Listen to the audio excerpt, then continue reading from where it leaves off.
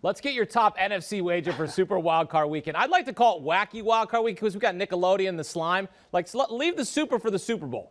But that's neither here nor there. Bucks are 8.5-point favorites against the Eagles, while the Cowboys are 3-point favorites against the 49ers. Rams, 4-point favorites against the Cardinals. So you got your NFC slate. Will, what stands out to you? Better be careful. You start knocking Super Wildcard Weekend on a network. Super game. Bowl! I will leave it for Super Bowl. Give me Wacky Wildcard Weekend. Nickelodeon, slime, give me all that.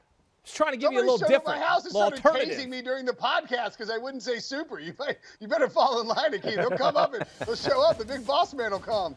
I like the 49ers in this spot. They're catching 3 points at the Cowboys, of course. That is the slime game. Mike McCarthy. Oh, man. Jimmy Garoppolo.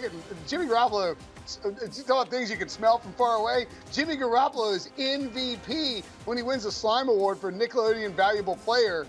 I think the 49ers are going to beat the Cowboys outright. I will be taking the 49ers. I've actually already taken the 49ers on the money line. Look at that.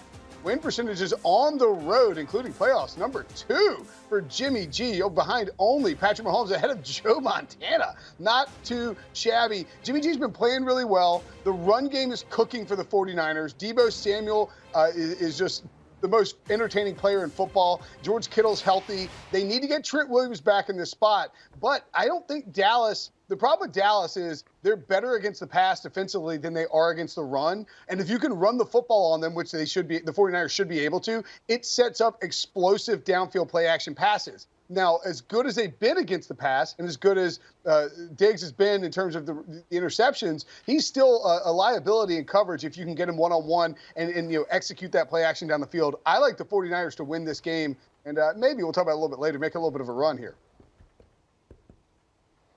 A couple things here. Brinson, I thought you were crazy to take the Steelers, and Akeem got mad. He's a Browns fan, so I understand why he's upset. I'm on the Steelers bandwagon, too. Now I'm going to double down, see how angry we can make Akeem.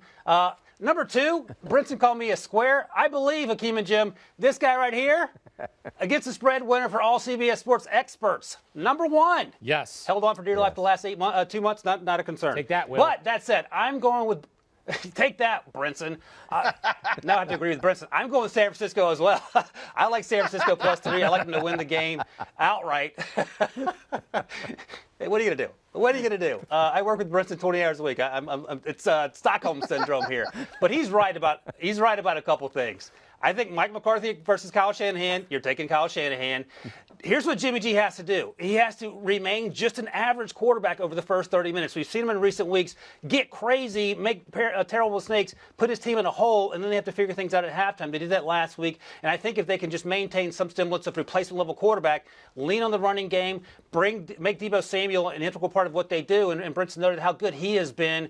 I think this game, it's not going to be a cakewalk. It'll be a close game for sure. But the more you can run the ball, and 49ers run the ball more than anyone, the more pressure it puts on Dak Prescott, who after that injury in Week 9 hasn't been great. Yeah, he dropped a couple 50-burgers against teams that didn't show up. Other than those games, though, it's hard to figure out which quarterback he is going to be. All that said, I like the 49ers to come to the Jerry Dome and not only cover, but win that football game. Yeah, and by the way, Nickelodeon, part of the family of networks for Viacom CBS. So clearly I'm a family guy, family network guy as well. So he's getting back in line. Look, even my little guy is a company guy, big Paw Patrol guy.